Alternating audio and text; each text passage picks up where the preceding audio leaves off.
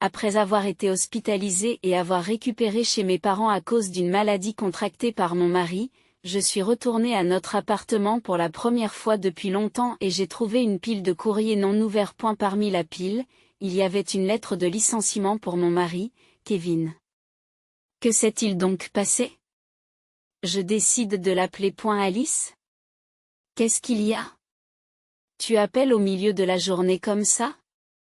J'avais quelque chose à te demander. Où es-tu en ce moment? Au bureau? Je suis à Miami pour un voyage d'affaires aujourd'hui.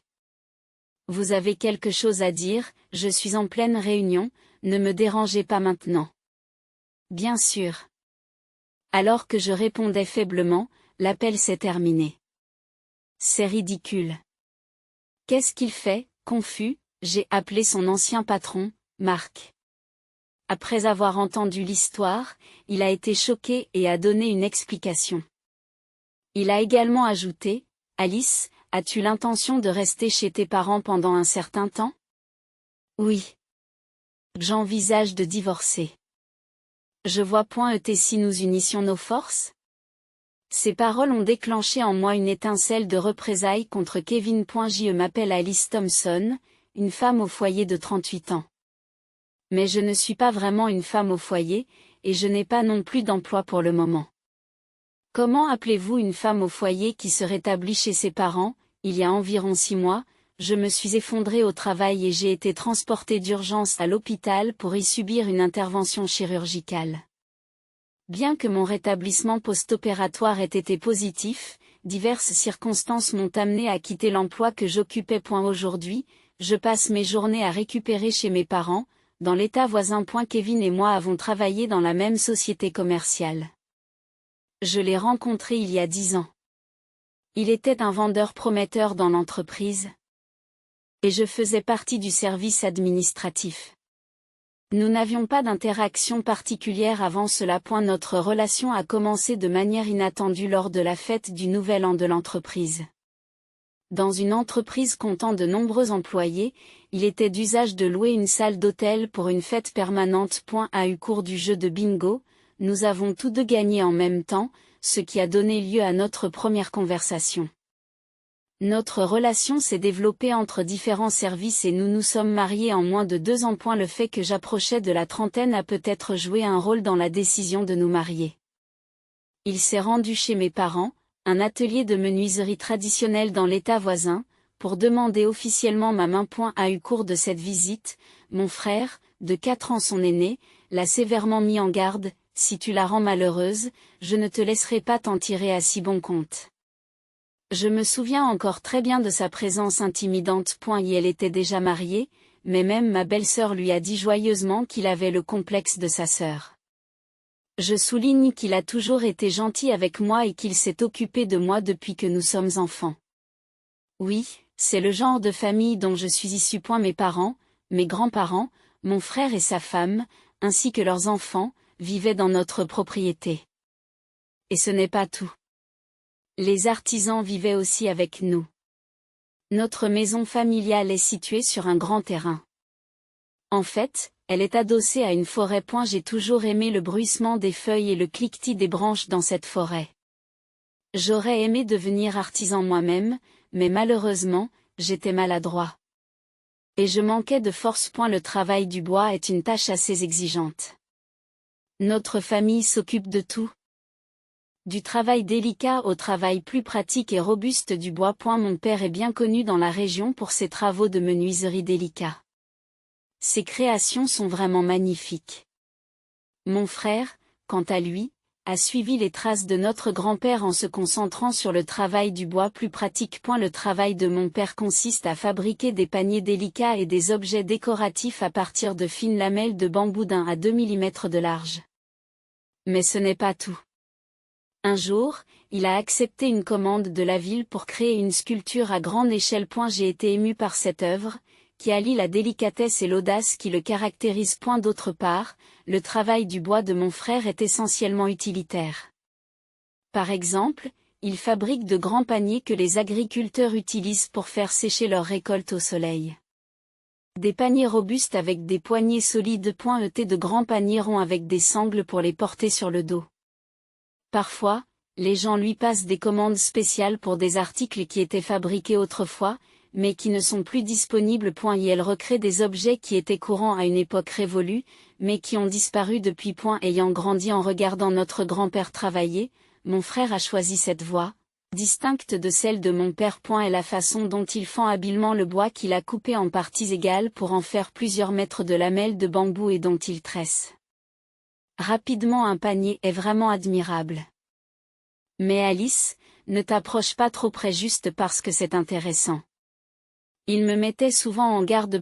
Quand je lui demandais pourquoi, il me répondait que le bois est souple et doux.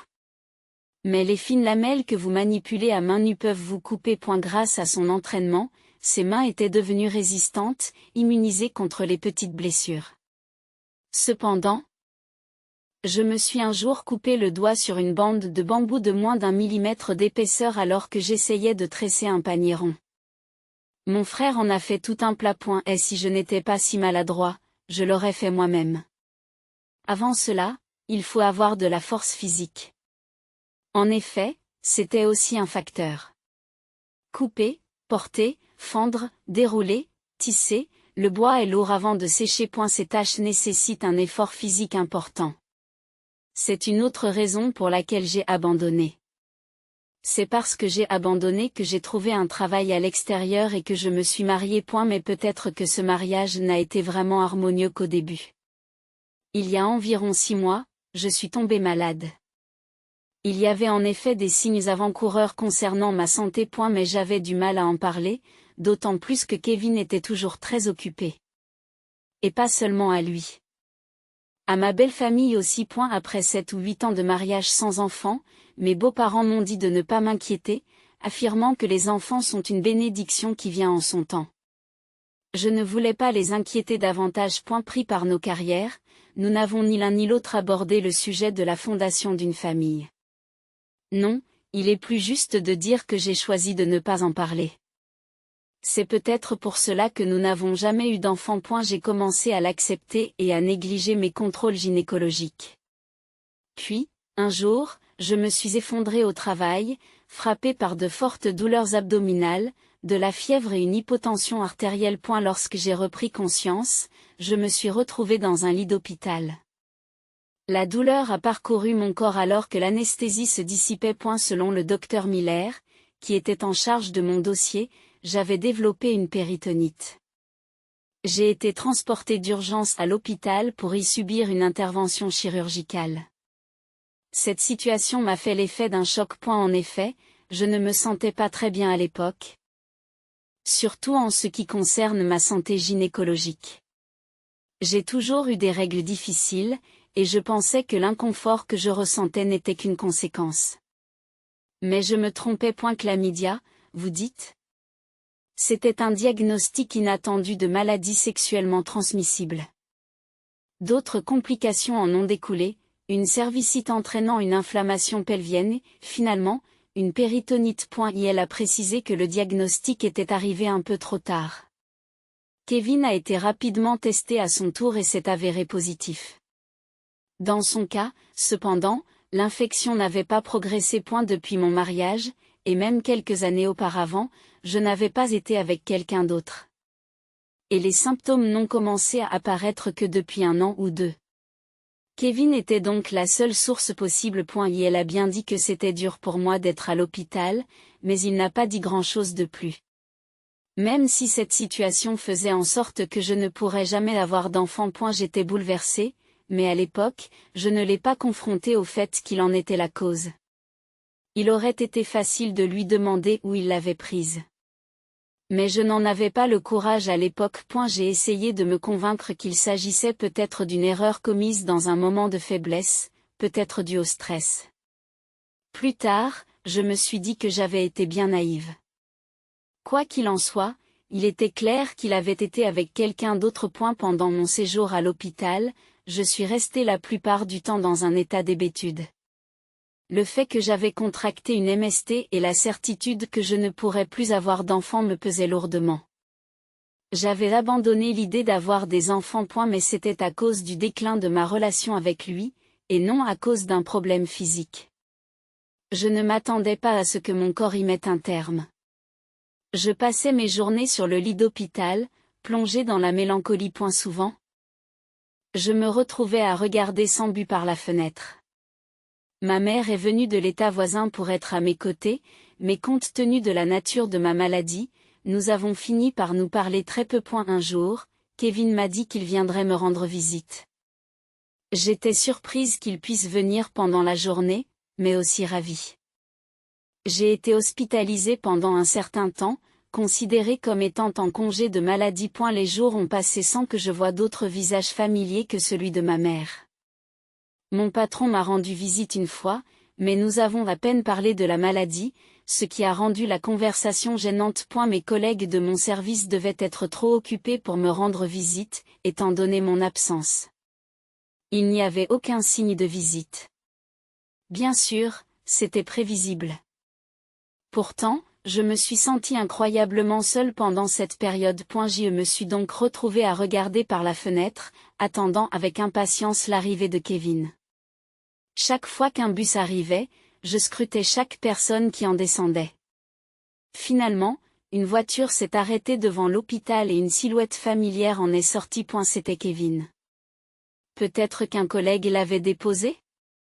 J'ai repris mon souffle en l'observant. Il s'est approché du côté conducteur, s'est penché et a embrassé une femme par la fenêtre. Lorsqu'ils se sont séparés, elle lui a fait un signe de la main, le visage légèrement visible. Ce doit être une erreur, un étranger, je dois voir des choses. Sur cette pensée, je suis retournée dans mon lit, et peu après, il est arrivé, me demandant si je me sentais mieux aujourd'hui. J'ai refoulé mon envie de lui demander pourquoi il était là et j'ai plutôt engagé la conversation avec lui. Pourtant, pour une raison ou une autre, il n'a jamais mentionné la maladie. Même s'il devait en être informé. En tant que mari, le docteur Miller a dû lui ordonner de prendre des médicaments. Puisqu'il était la source probable de l'infection. Malgré cela, il n'a jamais orienté la conversation sur ce sujet. Il ne m'a même pas présenté un seul mot d'excuse. Au contraire, il s'inquiétait pour moi avec une telle confiance. Je ne comprenais pas du tout ce qu'il pensait. C'est pourquoi je n'ai pas pu me résoudre à lui poser des questions sur la scène dont j'ai été témoin par la fenêtre. Même si je le confrontais, j'étais sûre qu'il se contenterait de balayer l'affaire d'un revers de main. J'en étais convaincue. Une fois qu'il est parti, je n'ai plus que du temps pour me reposer et rien de particulier à faire, ce qui m'amène à m'asseoir et à réfléchir de plus en plus à la vie que j'ai vécue jusqu'à présent. Et à mon avenir. Et à Kevin. Était-il vraiment toujours occupé par son travail et ne rentrait-il presque jamais à la maison ? Pourquoi ne semblait-il pas vouloir d'enfants ? Et qu'en est-il de l'avenir ? Comment dois-je procéder maintenant qu'il n'est plus question d'avoir des enfants ? Comment faire face à ces gentils parents et leur dire, tout en sachant qu'il est fautif, je ne pouvais m'empêcher de m'en prendre à moi-même, ressassant ces pensées jour après jour. Un jour, mes frères sont venus avec ma belle-sœur. C'était leur tour de donner un peu de répit à ma mère, toujours très attentive. Tu as l'air étonnamment bien, Alice, s'est-elle exclamée en me serrant dans ses bras. Lorsque nous avons appris que tu t'étais effondrée et que tu avais dû être opérée d'urgence, tout le monde a paniqué, a déclaré mon frère, qui portait quelques objets personnels que ma mère lui avait demandé d'apporter. Mais vraiment, c'est terrible. Qu'est-ce qu'il fait maintenant ? Il regarde autour de lui avec irritation. Et elle est toujours aussi occupée par son travail. Tu sais, c'est le chef du département des ventes maintenant. Mais il semblait toujours mécontent. Alice, pourquoi ne viendrais-tu pas à la maison pendant un certain temps après ta sortie de l'hôpital ? Papa et maman s'inquiètent de te voir retourner chez toi toute seule. C'est vrai. Tu devrais te détendre et nous laisser nous occuper de toi pendant un moment, a-t-elle suggéré. Je me suis dit que c'était peut-être le cas. Après tout, être seule et perdue dans ses pensées n'était pas une bonne situation pour moi. Après ma sortie, j'ai déménagé quelques effets personnels et mon ordinateur avec l'aide de mon frère et de sa femme. J'ai dit à Kevin que je voulais récupérer pendant un certain temps. Et que je quittais mon travail. Et elle m'a répondu, oui, tu devrais y aller doucement, sa réaction semblant détachée compte tenu de l'ampleur de la situation. Et pourtant, je ne pouvais pas demander. Où avait-il attrapé la maladie? À quel point avait-il joué avant notre mariage? Ou même après? Qui était la personne qui l'avait conduit à l'hôpital? Il y avait tant de questions que je voulais poser. Mais à l'époque, j'étais trop effrayée pour entendre les réponses. Après être retournée chez mes parents, j'ai commencé à dormir dans une maison d'amis séparés. La maison familiale possède quelques petites unités indépendantes, juste assez pour dormir. Elles sont destinées aux jeunes artisans qui vivent et travaillent avec nous. Situées dans la campagne de l'État voisin de New York, loin de l'agitation de la ville, ma maison familiale se trouve dans une zone isolée. Ce qui rend les déplacements difficiles pour les jeunes artisans. Pour faire ses courses, il faut une voiture. Comme je n'ai pas de permis de conduire, ma belle-sœur m'emmène avec elle lorsqu'elle fait ses courses. Mes parents m'ont proposé de dormir dans la maison principale, mais il y a les enfants de mon frère. 3 enfants de l'école primaire, une fille et 2 garçons, c'est assez vivant. Dans ce quartier, les amis voisins ne peuvent se rencontrer qu'en faisant des courses de vélo dans les collines. Lorsque ces enfants rentrent à la maison, les frères et sœurs créent tout un remue-ménage. Aujourd'hui, il m'est pénible de voir de tels enfants. J'avais espéré qu'un jour je pourrais avoir des enfants, mais maintenant c'est devenu une impossibilité absolue. J'aime les enfants. C'est précisément pour cela que j'ai du mal à les côtoyer en ce moment. Après les repas, je me retire donc dans la maison d'hôte et j'ai commencé à organiser des fichiers sur mon ordinateur. Comme il n'y a pas de télévision dans la maison d'hôte, j'ai commencé à regarder plus de vidéos qu'auparavant. J'ai fini par découvrir une demande surprenante de vidéos sur la nature. Sur un coup de tête, j'ai enregistré le bruissement des feuilles et le cliquetis des branches avec mon téléphone et je l'ai posté sur les médias sociaux.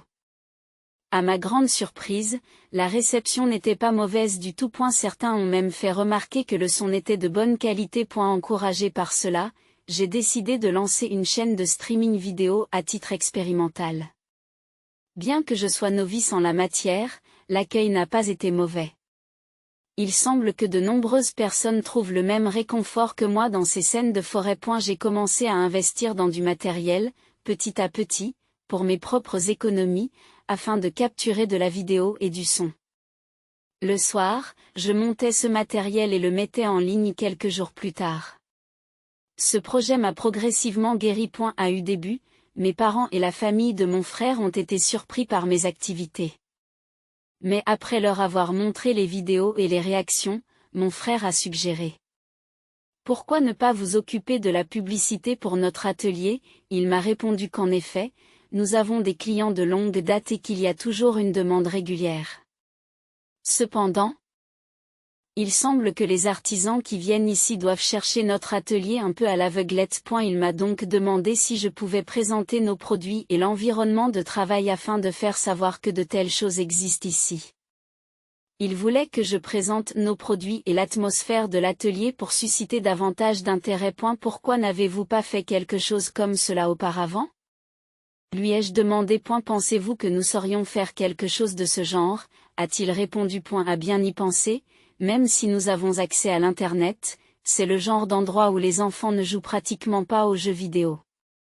En effet, même à l'ère moderne, il y a des gens qui ne sont pas connectés. J'ai accepté sans hésiter. C'est ainsi que je suis devenu officiellement membre de cet atelier.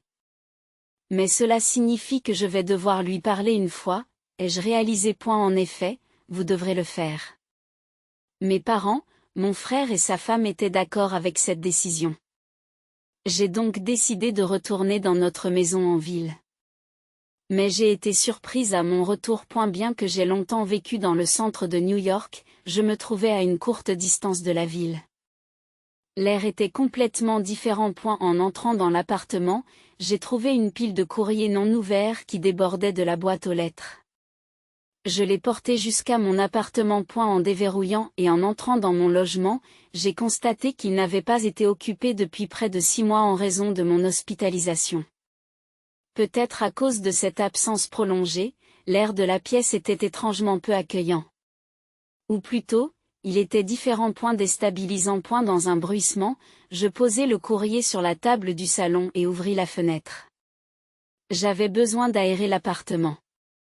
Lorsque des personnes vivent dans un endroit, leur sens unique imprègne l'espace. Mais maintenant, je ne pouvais pas détecter l'odeur familière de Kevin et moi vivant ici. Poussé par une impulsion soudaine, je me suis dirigé vers la chambre à coucher. Dès que j'ai ouvert la porte, je me suis instinctivement couvert le nez et la bouche. Une odeur de femme, pas la mienne, flottait dans l'air. Quelle horreur! Je refermai rapidement la porte et retournai dans le salon. En m'asseyant, je me suis affaissé en avant sur la table. C'est alors qu'un courrier a attiré mon attention. Il provenait de l'entreprise. Ils m'ont peut-être envoyé les formulaires d'impôt à la source dont j'aurais besoin après avoir démissionné. Je l'ai ramassé et j'ai remarqué qu'il y avait 2 enveloppes identiques. L'une m'était adressée et l'autre à Kevin. J'ai ouvert celle qui m'était adressée en premier. À l'intérieur se trouvait le formulaire d'impôt à la source prévue. Mais il y avait plus. Un avis de faillite de l'entreprise et des procédures de fusion. Faillite? Attendez un peu. J'ai regardé les mots avec incrédulité. Comment cette grande entreprise avait-elle pu faire faillite? Et puis l'autre enveloppe. À contre-séure, j'ai ouvert sa lettre. Je sais que c'est mal d'ouvrir le courrier de quelqu'un d'autre. Je le comprends. Mais à ce moment-là, ma curiosité a pris le dessus. Pourquoi aurait-il envoyé des enveloppes identiques au même moment? S'il s'agissait d'un avis similaire, ne l'aurait-il pas reçu en personne à l'entreprise? Le contenu de l'enveloppe ouverte était une lettre de licenciement? L'entreprise avait fait faillite. Mais il ne s'agissait pas d'un petit bureau. Il s'agissait d'une grande entreprise avec de nombreux employés dans chaque département. Même en cas de faillite, si une entreprise était prête à l'absorber, les licenciements massifs ne seraient pas si simples, n'est-ce pas? Sentant que quelque chose bouillonnait en moi, j'ai décidé d'appeler Kevin. Depuis notre retour chez mes parents, nous avions échangé quelques messages. Mais je ne l'avais guère appelé directement.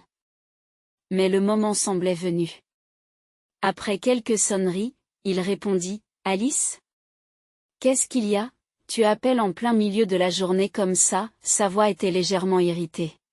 « J'avais juste quelque chose à te demander. » « Où es-tu en ce moment? » « Au bureau? » « Je suis à Miami pour un voyage d'affaires aujourd'hui. » « Vous avez quelque chose à dire? » « Ah, oui. » « Un voyage d'affaires? » De quoi parlait-il? Je suis en pleine réunion, ne me dérangez pas maintenant. Bien sûr. J'ai répondu chaque semaine et l'appel s'est terminé. Un voyage d'affaires? Une réunion? Je n'arrivais pas à comprendre. Après avoir réfléchi un moment, j'ai décidé d'appeler Marc, un ancien patron de mon précédent emploi. La connexion a été étonnamment rapide. C'est Alice. Cela fait un moment. Alice? Je pouvais entendre la clameur des gens à l'arrière-plan. Surpris, Marc se dirigea vers un endroit plus calme. Une fois le bruit de fond apaisé, il reprend la conversation. Qu'est-ce qui se passe? Je t'ai envoyé ton formulaire d'impôt à la source il y a quelque temps. En fait, je suis resté chez mes parents pendant un certain temps, et je suis revenu ici aujourd'hui pour faire quelques courses. Je vois. Oui. Et aujourd'hui, j'ai remarqué le courrier de votre côté pour la première fois. À propos de la lettre de licenciement de mon mari? Marc ne semble pas savoir comment réagir. Alice, tu n'es pas au courant? De quoi parlez-vous? Il divulguait des informations sur notre client à une entreprise rivale. Je sursaute. L'histoire que Marc était en train d'expliquer ressemblait à une blague pour moi, qui vivais paisiblement dans un autre monde jusqu'à présent. J'ai récupéré chez mes parents, alors c'est vraiment une nouvelle pour moi. J'ai entendu un soupir d'exaspération. Il a expliqué. Le bruit courait que Kevin avait une relation avec Emily, du département des secrétaires. Et lorsqu'il a disparu de l'entreprise? Elle a également disparu. Et la preuve de la fuite d'informations a été trouvée sur son ordinateur. Ensuite, Kevin et Emily. Il se pourrait que ce soit l'inverse. D'après les filles du secrétariat, elle avait un petit ami en dehors de l'entreprise. Un piège à miel, puis la femme qui l'a conduit à l'hôpital. C'était Emily, j'ai appelé mon mari tout à l'heure. A-t-il répondu? Une voix surprise. Je me suis dit qu'il ne devait pas répondre aux appels de l'entreprise. Il a dit qu'il était en voyage d'affaires à Miami avec un associé. Je vois. Et elle a semblé réfléchir un instant. Alice, as-tu l'intention de rester chez tes parents à partir de maintenant? Oui. Je suis revenue ici pour en discuter avec lui. Je me suis arrêtée un instant. Dire cela signifierait la fin de tout. J'envisage de divorcer.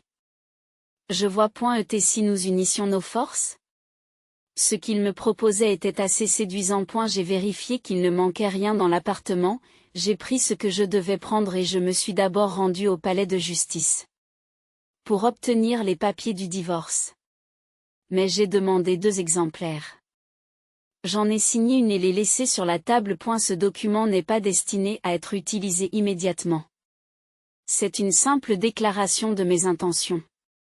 Puis j'ai posé dessus l'enveloppe contenant la lettre de licenciement. Par la suite, j'ai acheté un appareil photo et un microphone un peu plus performant, et lorsque ma belle-sœur est venue me chercher à la gare, elle m'a dit, j'ai été surprise.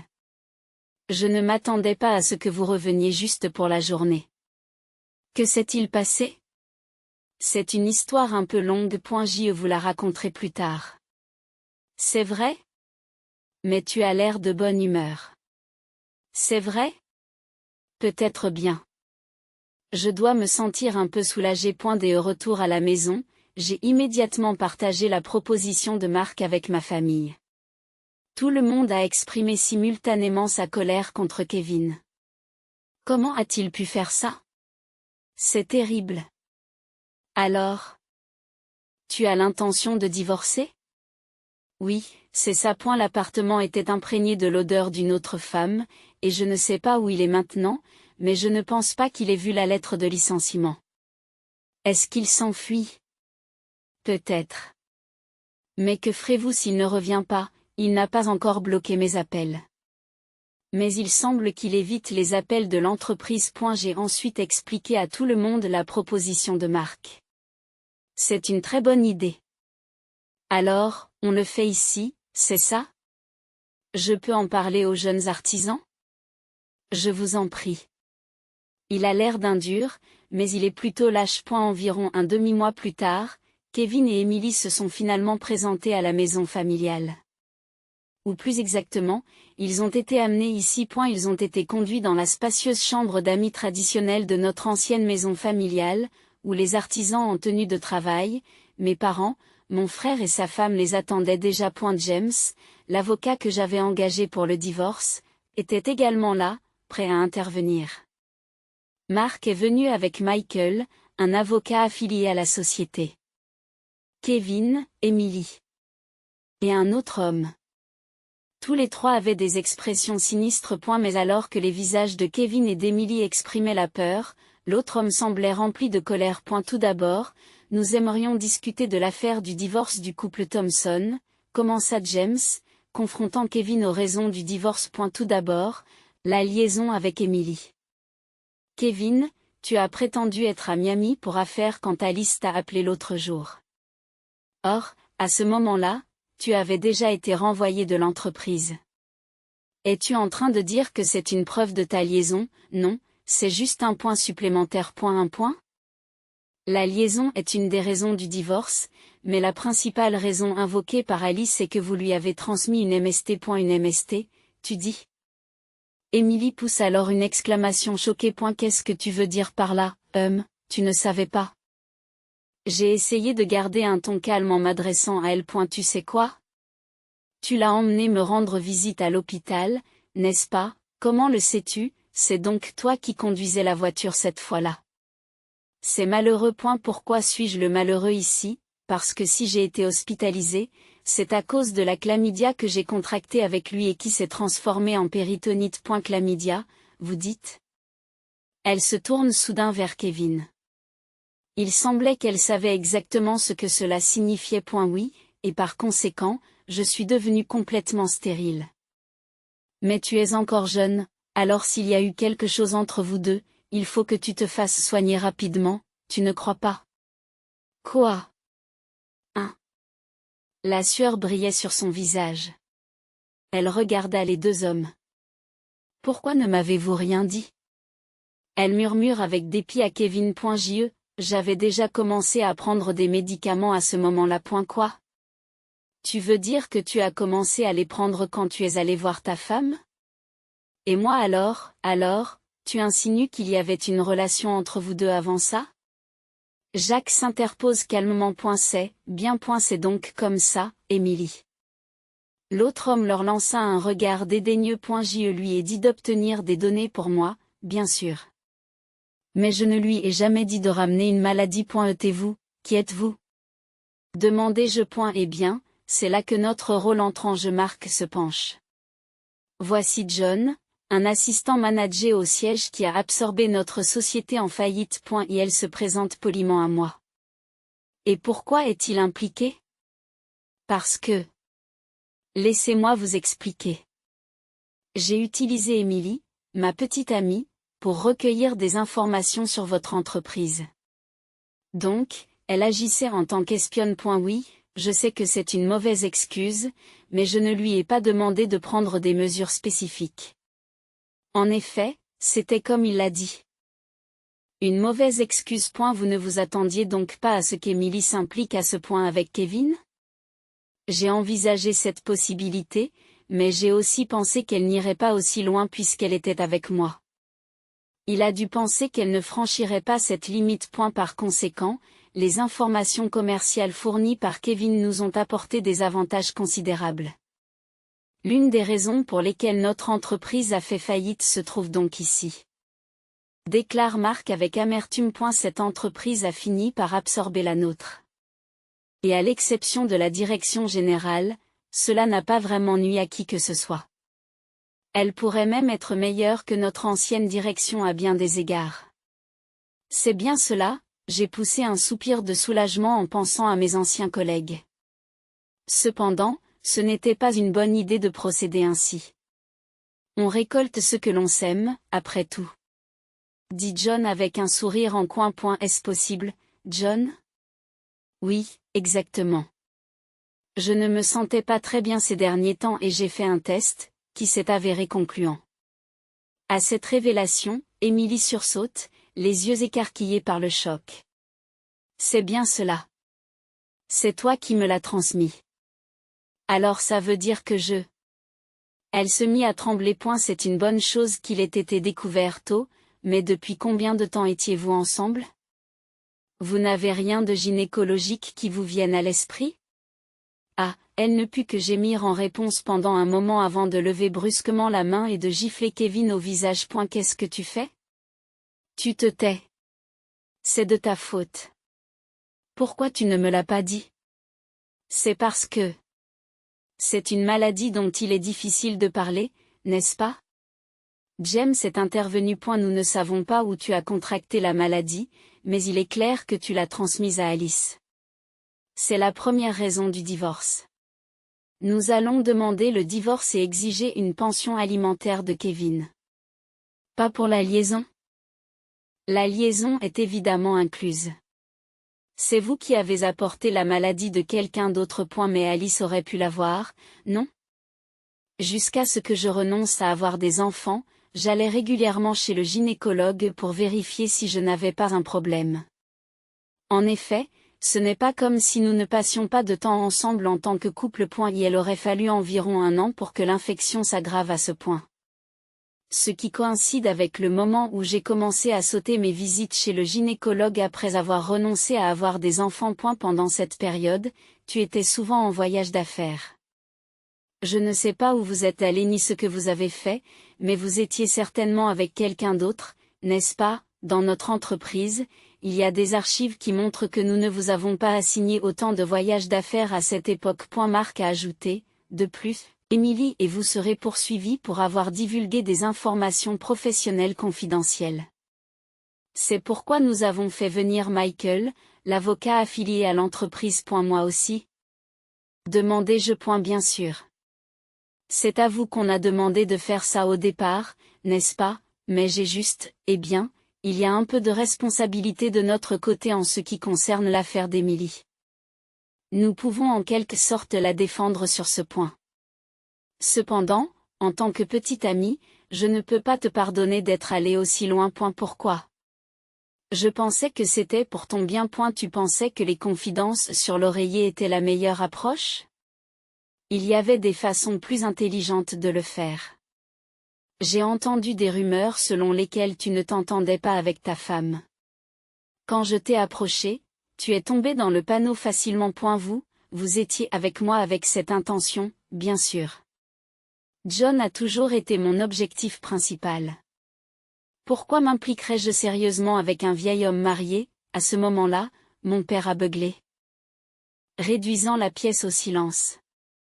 Qu'est-ce que c'est que ces bêtises? Nos artisans redressèrent le dos et fixèrent un regard désapprobateur sur le trio honteux. Kevin. Alice a déjà dit qu'elle ne voulait plus être avec toi. Signe donc déjà les papiers du divorce. Père. J'ai déjà contacté tes parents hier. Il semble que tu les fuis aussi. Quoi, ta famille a dit qu'elle ne t'aiderait pas du tout. C'est vrai? Signe ça. James a placé une autre série de papiers de divorce devant Kevin. C'est à ce moment-là que ça s'est passé. Ah! Soudain, il a crié, s'est levé et s'est précipité dehors pieds nus. Poursuivez-le. Mon père a donné des ordres à mon frère et aux artisans. Leurs mouvements entraînés étaient rapides. Nous nous sommes installés sous le porche et avons regardé les hommes courir vers la forêt. Puis quelqu'un a crié Kevin et un grand bruit de fracas a suivi. Kevin avait trébuché sur un tas de bois récemment coupé. Aidez-moi. Le bois frais, encore lourd d'humidité, lui était tombé dessus, un tas de 20 ou 30 bûches. J'ai soupiré, me résignant à la situation. Par la suite, il s'est fracturé la jambe lorsqu'une grande quantité de bois lui est tombée dessus d'un seul coup. Il a également souffert de contusions à divers endroits. Notre divorce a été prononcé avec succès. J'ai vendu l'appartement dans lequel nous vivions pour payer la pension alimentaire en une seule fois. Après tout, il devait faire face à d'autres problèmes financiers, les demandes de dommages-intérêts de Marc et des autres. Comme l'affaire est portée devant les tribunaux, on ne sait pas combien de temps cela prendra ni quel sera le montant à payer. Avec ses blessures et le procès en cours, il semble qu'il ait du mal à trouver un emploi. Quant à Emily, se précipitant chez le gynécologue, elle a découvert les premiers symptômes de la chlamydia et a été horrifiée à l'idée de ce qui aurait pu se passer si elle n'avait pas été traitée. Elle aussi a été licenciée et doit faire face à un procès en dommages et intérêts. John a cherché un avocat pour elle, mais leur relation semblait avoir pris fin. En entendant tout cela, j'ai été complètement désillusionnée par ces tentatives de rejeter la maladie. Depuis, j'ai commencé à travailler comme employée de publicité pour l'atelier de ma famille, parallèlement à la diffusion de vidéos. J'aime présenter les travaux délicats de mon père et les objets utilitaires robustes de mon frère. Dernièrement, j'ai même filmé des enfants en train de travailler le bois. Penser à ma santé me fait encore souffrir. Mais je ne peux pas m'y attarder éternellement. Les vidéos sur la forêt que j'ai publiées continuent de recevoir des réactions positives. Les commentaires proviennent non seulement du pays, mais aussi de l'étranger. Beaucoup de gens semblent apprécier ces sons que j'aime tant. C'est devenu mon nouveau but dans la vie. J'ai également commencé à avoir des conversations personnelles avec l'un des artisans. Je ne pense pas à me remarier ou à quoi que ce soit d'autre, mais qui sait ce que l'avenir me réserve. La forêt offre une mélodie différente chaque jour. Je ne souhaite rien d'autre que de continuer à vivre ces jours paisibles.